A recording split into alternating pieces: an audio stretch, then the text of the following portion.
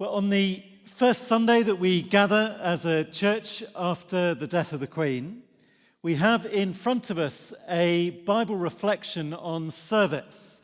So we thought about changing the sermons in light of what's happened, but then we thought actually this is just right for remembering and giving thanks for our Queen. So if you look at verse 19 that Ore just read, page 1151, Paul says, I have made myself a slave to everyone.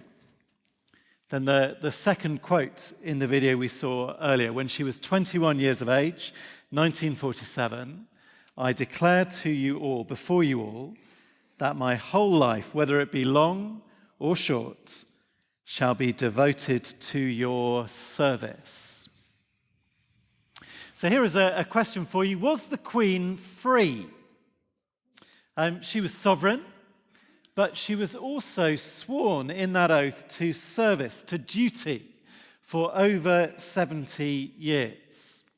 I'm asking, what really is freedom? We'd normally say, wouldn't we, I'm free if no one can make me do something that I don't want to do. There's actually a definition that is as old as our Bible passage, comes from the Stoic philosophers. The free man does what he wishes without regard for the opinions of others. Does what he wishes without regard for the opinions of others. Implies that slavery then is taking regard for the opinions of others, doing what other people want.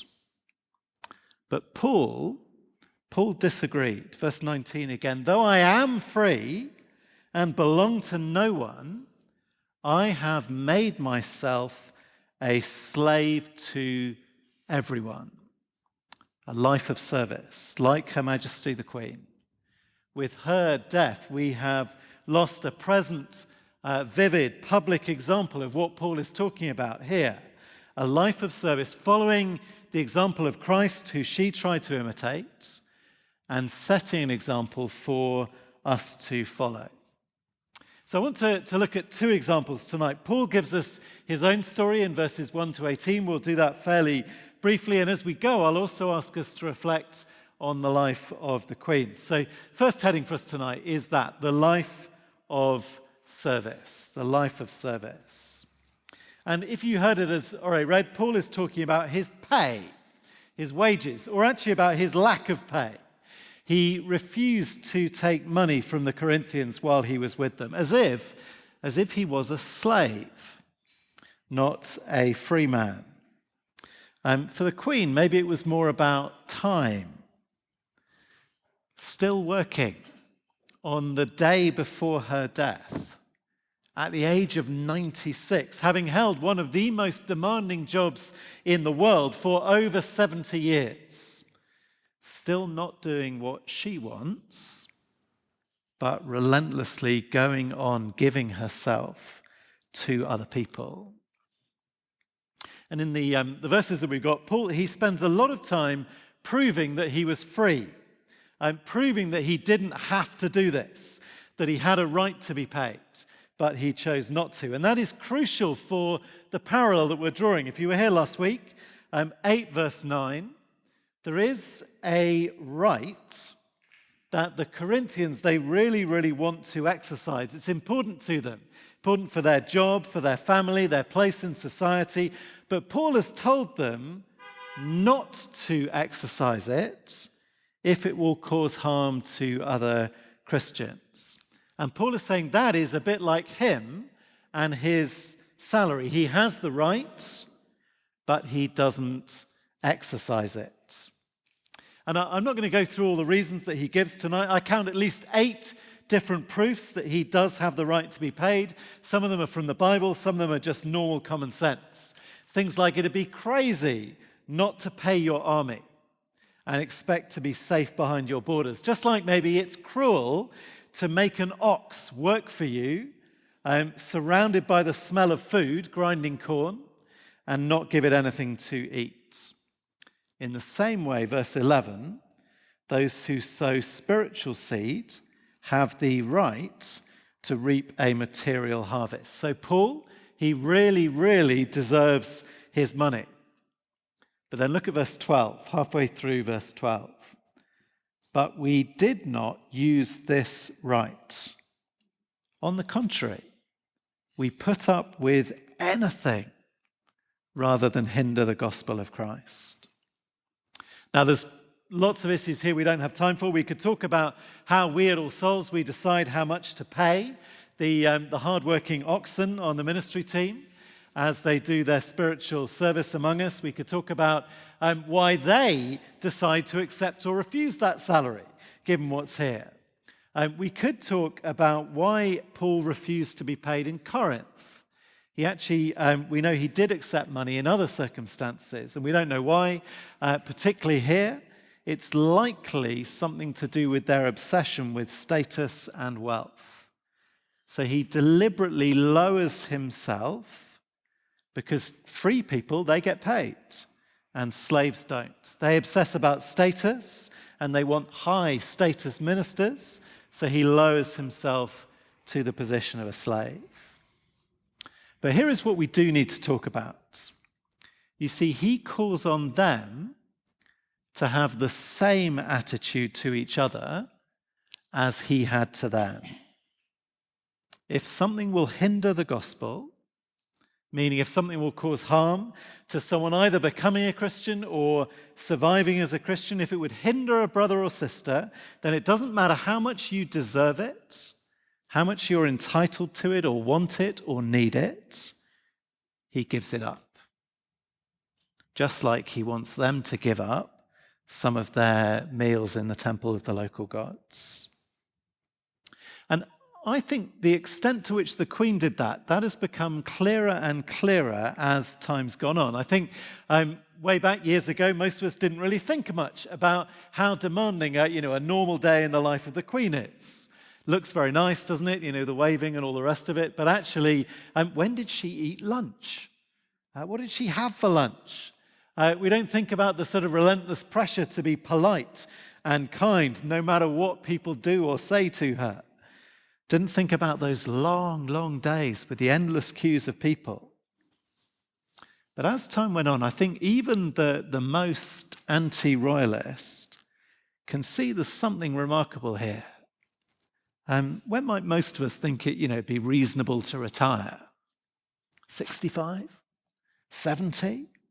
She did the job for 70 years, as Carfoon said, let alone retire at 70. They estimate it was 750,000 handshakes in the course of her reign. One of the things I read recently reminded me of the night in 1982 when a man in a disturbed mental state entered her bedroom during the night holding a piece of broken glass and apparently sat on her bed for a period of time before she could, before security realized. They thought the alarms were just broken, not really going off. Now, wouldn't you, after a distressing experience like that, wouldn't you have taken some time off? Cancel work for the rest of the day, I'm not coming in. 3 hours later, she was downstairs meeting crowds of people because they had traveled a long way and she didn't want to disappoint them. I declare before you all that my whole life, whether it be long or short, shall be devoted to your service. And there she is at 96, making a 15th prime minister, standing, smiling, doing her duty. There are other models out there of how to be a head of state. Other more self-serving examples, certainly other models of what it means to be a monarch, very much available. Have it all be about yourself. And if it comes down to rights, doesn't a 96-year-old have the right to lay down her work?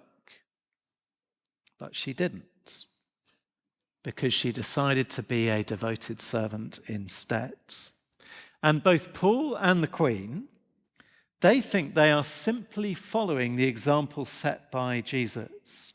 So in 2012, her Christmas broadcast, this is the time of year when we remember that God sent his only Son to serve, not to be served. He restored love and service to the center of our lives in the person of Jesus Christ. Or turn the page to 11 verse 1. 11 verse 1, Paul says the same. He says, "Follow my example, the unpaid slave, as I follow the example of Christ." So this, according to Paul, it's for all of us. This is how we should be. And what I want us to do, I want us to think harder about what that would actually look like for us, and then to think how on earth anybody could actually do this. So what does it look like? Well, look at verse 19 again, back in chapter 9, but we'll read just a few words further this time. So he says, "Though I am free and belong to no one, I have made myself a slave to everyone to win as many as possible." So that's what it is. I've made myself slave to everyone to win as many as possible. So his goal is winning people, as many as possible. Or look at verse 22, "So that by all means possible, I might save some. I do all this for the sake of the gospel." So this, it's not about making people happy. It's not about making people like you. It's about saving them. It's about getting as many people as possible to be with Jesus forever. If you know these verses, you'll know that often we only apply them to how Christians relate to people who are not yet Christians, as if this sort of self-subjugating slavery to everyone, it ends when someone becomes a Christian. In fact, somebody suggested to me this week, we actually see church as sort of our time off from this, a rest from all the hassles and misunderstandings of life out in the non-Christian workplace or family. But church is where I recharge. Church is where I can have a bit of me time.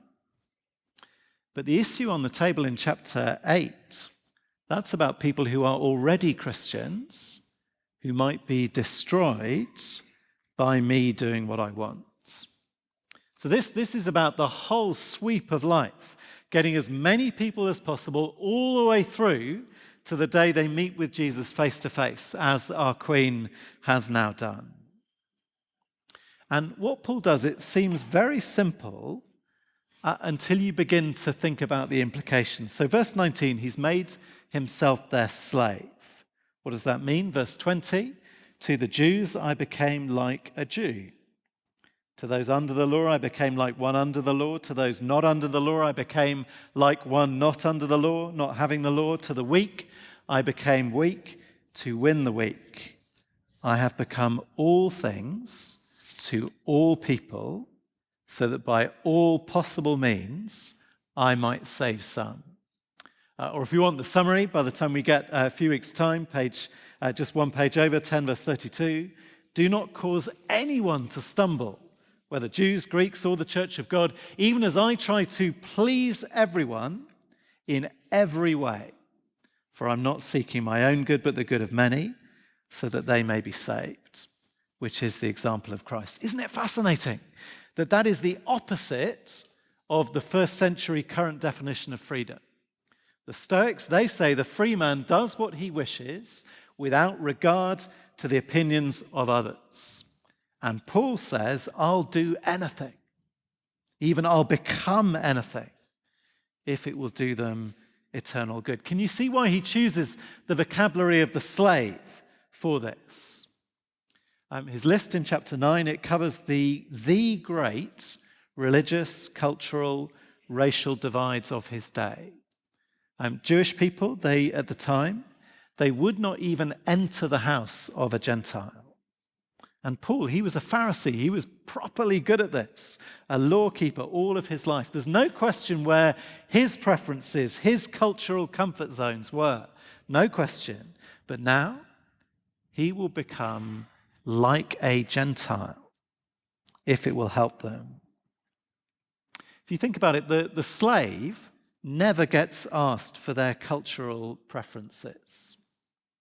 The slave never gets to ask for a more comfortable way of doing things. No good saying that you're a morning person. No good asking for flexible working. Doesn't matter if you find cooking bacon distasteful. The slave has to have regard for the opinions of others, does whatever they're asked to do, and never gets paid.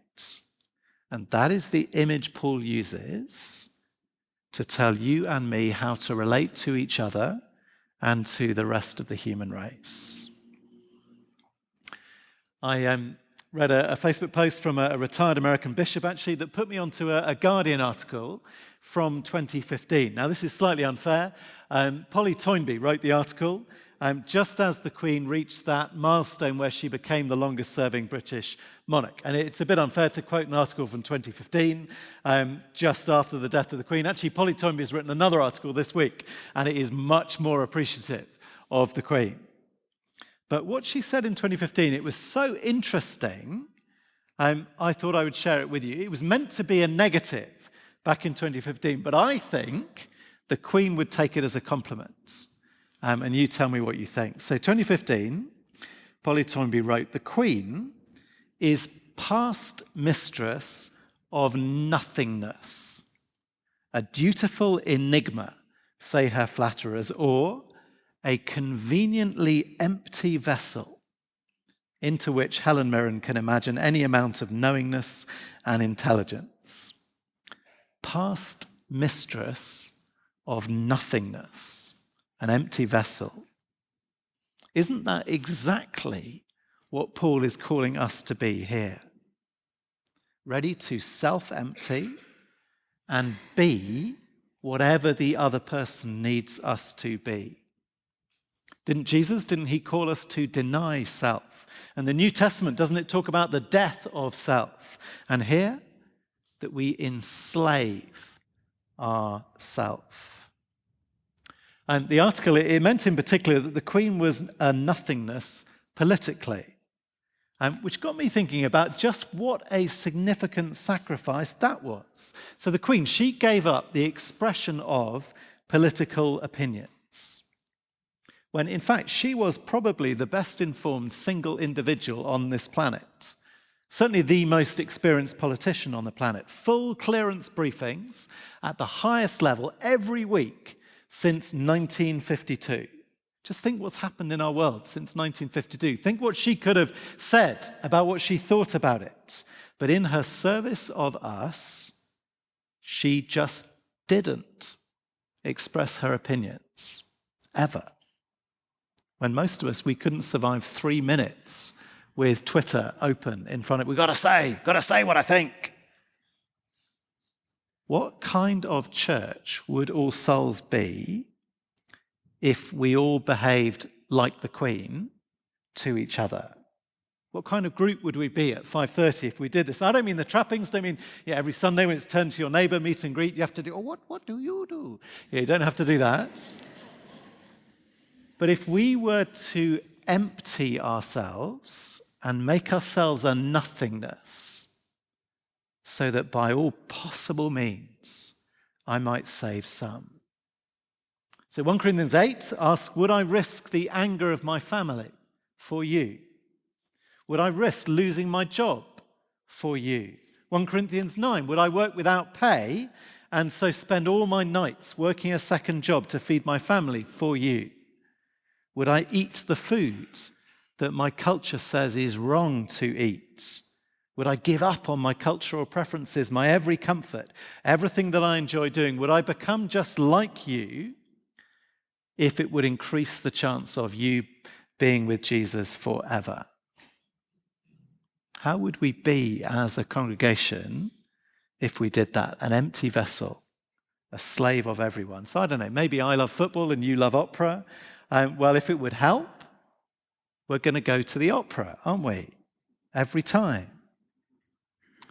Certainly this would end all the arguments that come in any normal church. What kind of music, what length of service, what kind of food, not what I like, but whatever would do someone else some good. Notice that these chapters, they are addressed entirely to those who might have to give something up. There's not a word to the person who should be less demanding. But actually, if we all did this, we'd sort of meet in the middle in a sort of crazy, no, what you want, what you want, what you want. We are a multicultural gathering when we meet here at 5:30, which means we have the opportunity to do this a lot. Could be wonderful. or we could do this really badly as we each insist on what we most want. There are some exceptions here, I think. Just quickly look down at verse 21. He becomes like one not having the law, though I am not free from God's law, but am under the law of Christ. So there is one important limit on this. I cannot sin in order to help someone. God doesn't ask me to. It won't actually help somebody come to repent and follow Jesus. So maybe chapter 9 means that you will be with your colleagues in the noisy, sweaty, sticky-floored, beer-soaked hole that they think is a lovely drink after work, even if that is not your comfort zone at all. But you won't help them by getting drunk and joining in the gossip and the slander. There's another exception back in chapter 1. Paul, he knows what they really want him to do for them. Jews want miracles, Greeks want wisdom. And he says, no, I will not go out of my way to look impressive for you. It's quite a striking challenge to us today. Often we'll never give up our sort of comfort zone things. You have to accept our music, our food, our clothes, our way of speaking. But the one thing we'll pour effort into is looking impressive and wise and spiritually powerful. Paul does it the other way around. Won't do that for you, but I will do anything else if it costs me. So here is a question for 5:15 p.m. as you walk north from Oxford Circus. Just ask, who am I coming to church for? Am I here for me, or am I here for everybody else? Am I hoping that church will do me some good, or am I praying I'd be able to do someone else some good? I wonder, does that help with the decision that Carfoon gave us, whether to join a life group, a Bible study group this autumn? Now, let me say, for some that will be impossible because of family commitments or shift patterns. But for the rest of us, how would I persuade you to join a Bible study group? I could try and tell you how much good it would do you, and it will be brilliant. But if you're like me, you don't have a spare evening in the week, really. It's not that I'm bored and I'm struggling to know what I'm going to do on a Wednesday night, and that's why I come in for Roots. No, the decision to be here every week last year, was a decision to leave undone what I want to do. Even often leave undone what I ought to do. In our group last year, actually, I won't say too much because some of them are here tonight, but I think it was the person with the busiest job in the group who was there every week. And often back to work afterwards at 9 p.m. He wouldn't say so how often. So we'll need to talk to each other about this. What would it mean? There's some of what it might mean under point 2. But then I said we'd finish by talking about how on earth you managed to do this. So point 3, how I have made my body my slave. So that's the final paragraph, verses 24 to 27, where he turns to the athletics. He says, well, look at how athletes run, or how they train, verse 25, or how they fight, verse 26. And then he tells us to do the same. Run in such a way as to get the prize, verse 24. Or verse 27, I strike a blow to my body and make it my slave. He doesn't mean literally, but that way of thinking about your body. So how? How did Jesus and Paul, the Queen, how did they set an example of lifelong service of other people? How on earth can we always put our other people's preferences and culture and comfort ahead of our own? Well, we're never going to do that unless we have made our bodies our slaves. See, bodies here, they stand for all the things that we want. I've noticed quite a lot of September diets and exercise plans going on. Same thing, isn't it? The body wants a donut, or the body wants to stop the run while it can still breathe and speak. But the devoted athlete has enslaved all of those things. Simple question, who's the master? Is it you, or is it your body? And if the Queen had not decided very, very early on to copy Jesus Christ in his humiliation and service of others, she would never have been able to live the way that she did. In 1995, she spoke about Jesus' call to love one another as I have loved you, which is really just the application of tonight. And she said, it sounds so simple, yet it proves so hard to obey. So she did not want to sit on her own at her husband's funeral. The rest of the country wasn't doing that. The rest of government wasn't doing that. But what she wanted was not in control of her. There's no way that you would head out on a Sunday night, let's say, head out for food that you hate, to talk about a sport you find boring, with someone from a different culture to you. No way you'll do that if your body is the one calling the shots. No way you would commit to a Bible study group week after week filled with people who, to be honest, they'll let you down and don't fit in with you at cost to yourself. No way you'll do that if your body is the master. On a Sunday, this is the difference between here every week, come what may, rain or shine, or here when I feel like it. This is what is behind when someone comes up to me and they say, do you know, I came as a new person. I was looked after so well. Do you know the person, they didn't talk to any of their friends that night. They just talked to me. And then they met me on the steps the week after and we had coffee or we had lunch. And do you know, now I know lots of people. You won't do that if your body is your master. But how powerful is this? This is Paul's definition of true freedom.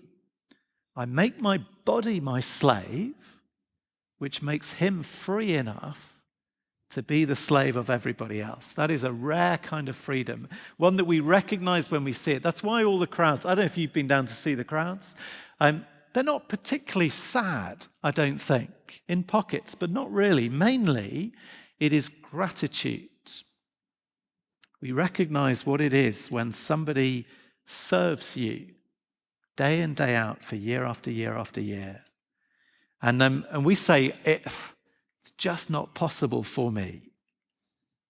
You don't know how tired I get. You don't know how much I hate sport or loud music or rude people or whatever it is. And what Paul does is he points at the crazy athletes and their crazy, stupid training schedules. And they do it all, he says, verse 25, to get a crown that will not last.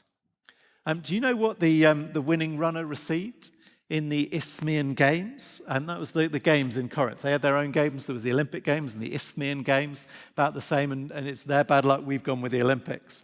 Do you know what they won? They made a crown made of, well, sometimes made of pine, but sometimes made of celery. Years of physical pain and degradation, up at 4 a.m. on the running track, of pain and dieting and pushing yourself. And if you win, you get a hat made of celery, which should be in the bin by Wednesday.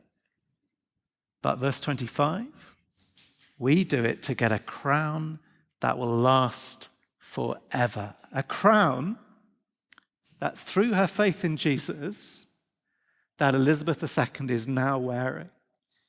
Better than any of her hats made of diamond that she's left behind for her son. A crown that is available to any of us if we trust Jesus, deny ourselves, enslave our bodies, and set out free enough to make ourselves the slaves of everyone we meet, to save, to win as many as possible. Let me pray that we will do that. Dear Father, you know us inside out. You know our weaknesses, our failures. You know how we feel, how we react to a passage like this. Father, with the example of Paul in front of us, the example of the Queen, the example of your Son, pray that we would so understand the crown you have waiting for us, so understand what you've done for us, that we would control our body, enslave our body, and live this loving, joyous, wonderful service of each other and the world, that we would bring others to be with us on the great day we wear that crown with your Son, the Lord Jesus, King of all, in whose name we pray. Amen.